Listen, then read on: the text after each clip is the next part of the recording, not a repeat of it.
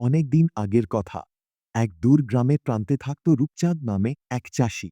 তার স্ত্রী রঙিলা আর একমাত্র মেয়ে ফুলমণি ছিল। গরিব হলেও তারা খুব সুখে দিন কাটাত। একদিন রূপচাঁদ জঙ্গলে কাঠ কাটতে গিয়ে হঠাৎ এক অদ্ভুত শব্দ শুনল। ঝোপের ভেতর থেকে বের হলো এক বুড়ি, চোখে ঝিলিক, হাতে লাঠি। বুড়ি বলল, শোনো রূপচাঁদ, তোমার মেয়েকে বড় বিপদের থেকে বাঁচাতে চাইলে এই লাল রঙের পাথরটা নাও। রূপচাঁদ অবাক হলেও পাথরটা নিয়ে ঘরে ফিরল। ফুলমণি পাথর হাতে নিতেই তার চোখে স্বপ্নের জগৎ খুলে গেল। সে দেখতে পেল এক জাদুর বন, যেখানে গাছে ফল ঝরে সোনার মতো, নদীতে রূপার ঢেউ, আর মাঝখানে এক প্রাসাদ। পরের দিনই ফুলমণি অদৃশ্য হয়ে গেল।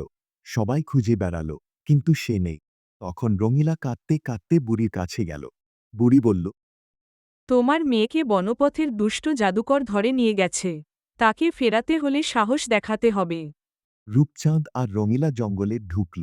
পথে নানা বিপদ এলো, ভুতুড়ে প্যাঁচা, আগুন ছোড়া শেয়াল, আর কথা বলা নদী। কিন্তু লাল পাথর তাদের পথ দেখালো।